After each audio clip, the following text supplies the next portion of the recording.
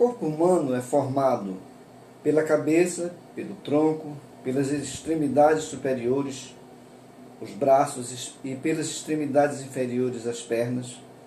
No que diz respeito aos seus principais elementos químicos, pode-se destacar o hidrogênio, com 63%, e o oxigênio, 25%.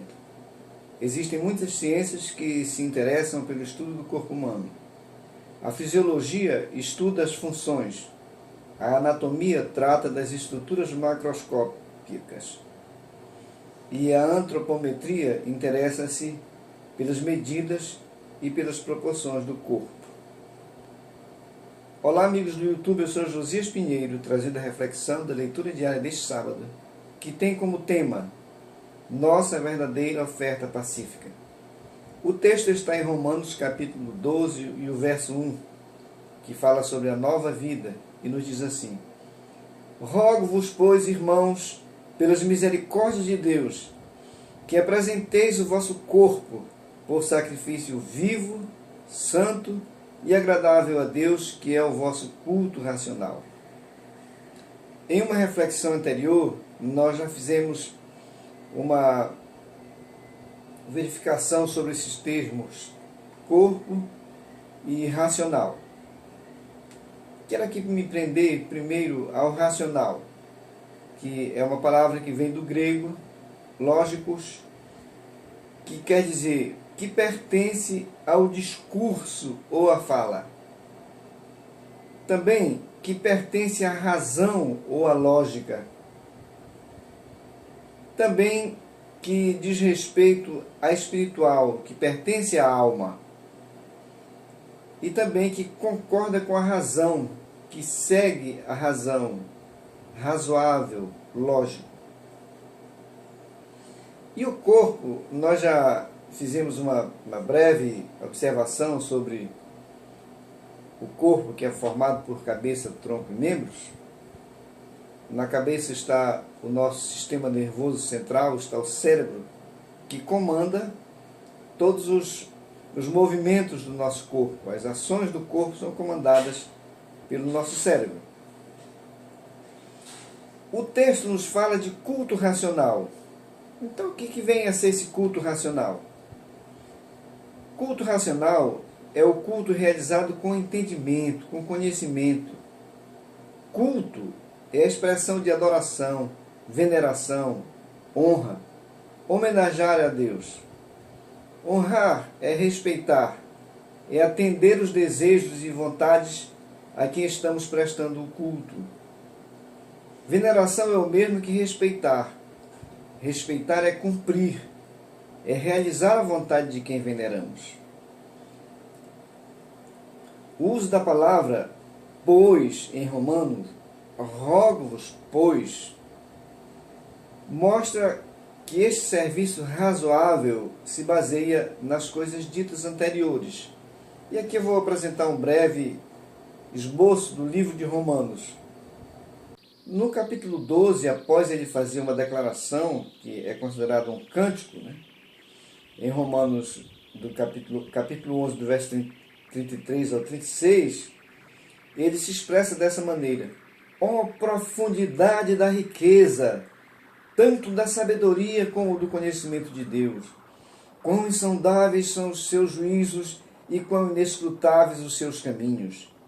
Quem, pois, conheceu a mente do Senhor? Ou quem foi o seu conselheiro? Ou quem primeiro deu a ele para que ele venha a ser restituído? Porque dele, e por meio dele, e para ele são todas as coisas. A ele, pois, a glória eternamente. Amém. É por causa de tudo isso, que Paulo vem nos exortar a nos dedicar ao Senhor. No capítulo 12, nós encontramos também uma outra recomendação que já foi refletida, mas vamos fazer novamente uma reflexão sobre o capítulo 12, onde ele diz: e não vos conformeis com este século. Então ele quer dizer que nós não devemos tomar o modelo, assumir o modelo do mundo secular. Aí ele diz: mas transformai-vos pela renovação da vossa mente. E aqui eu quero chamar a atenção para esta palavra, para a mente. O que é a nossa mente? Na Wikipedia nós temos um conceito aqui, alguns conceitos. Mente é o estado da consciência ou subconsciência que possibilita a expressão da natureza humana.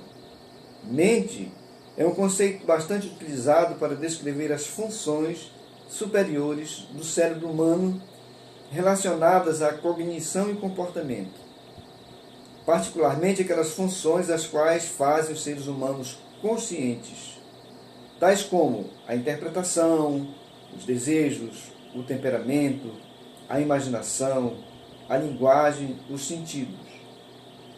Embora estejam vinculadas às qualidades mais inconscientes, como o pensamento, a razão, a memória, a intuição, a inteligência, o arquétipo, o sonho, o sentimento, ego e superego. Por isso, o termo também descreve a personalidade e costuma designar capacidades humanas, ou mesmo empregado para designar a capacidade de seres sobrenaturais, como a expressão a mente de Deus.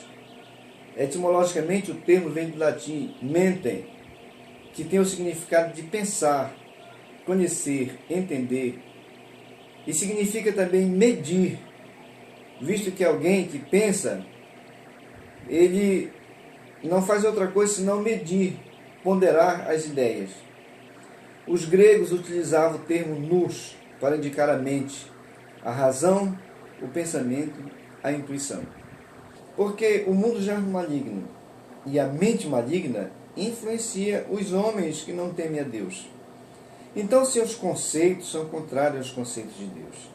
E o que é preciso para aqueles que já se encontraram com Jesus, que já tiveram uma experiência de novo nascimento, de regeneração, é transformar os velhos conceitos que veio com você lá desde a sua infância, da sua cultura familiar, né, as crendices, aquelas coisas antigas precisam ser removidas e os novos conceitos cristãos precisam ser incrustados, precisam ser instalados na sua mente.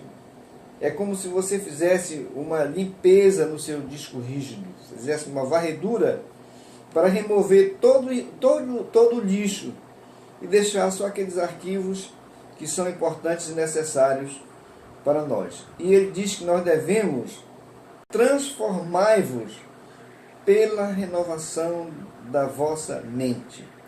Então, tudo que nós falamos aqui sobre mente, a nossa capacidade de pensar, os nossos desejos, os nossos impulsos, eles precisam ser transformados, senão, como é que nós vamos apresentar o nosso corpo como sacrifício vivo?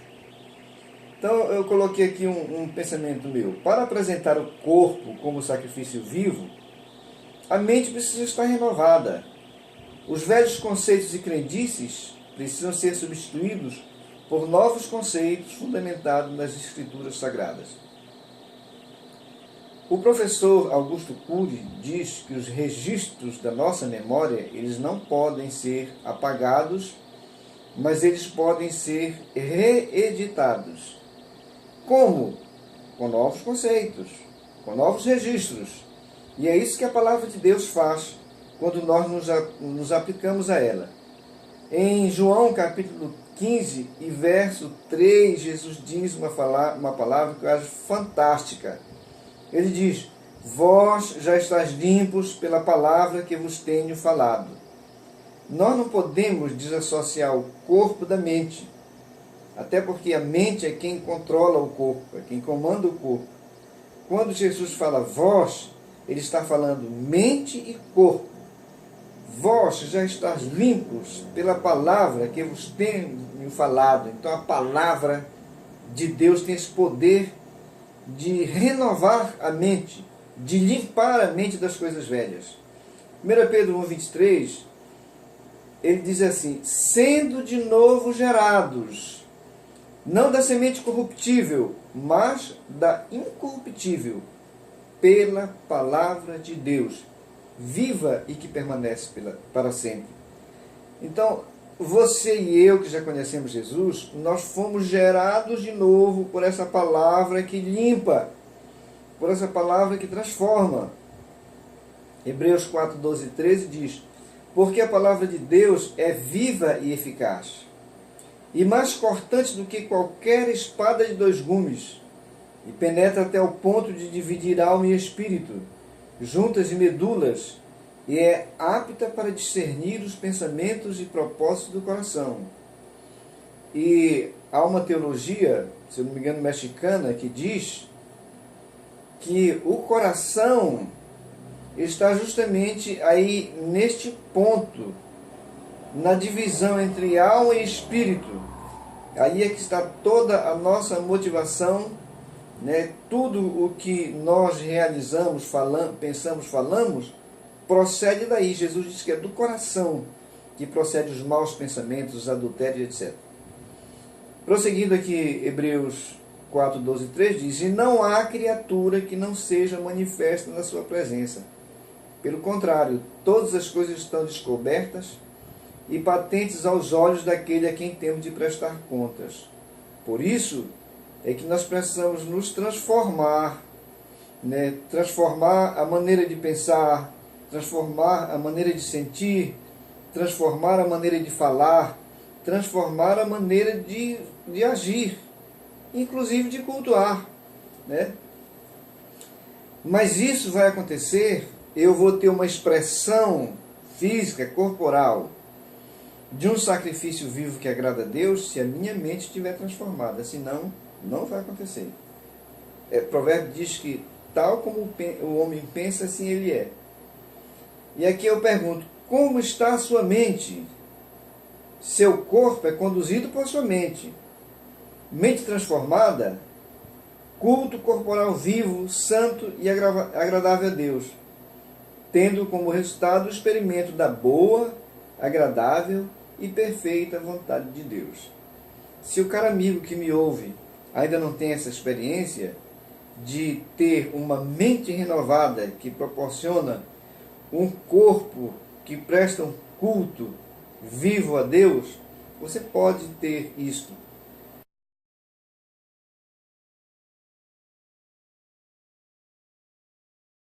A condição para ter uma mente transformada e um corpo como sacrifício vivo é arrependimento e fé, que nós chamamos de conversão.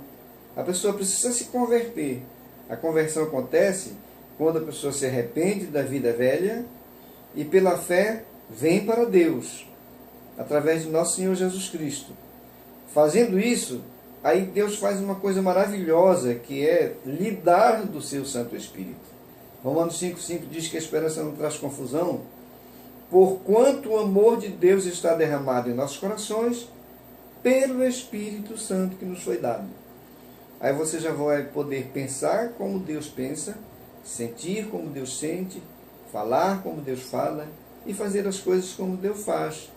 E aí o seu corpo, o seu culto, as suas manifestações de louvor e adoração serão agradáveis, serão perfeitas, serão santos. E Deus vai receber o seu culto racional. Pense nisso e tenha um ótimo sábado e um excelente final de semana na paz do Senhor.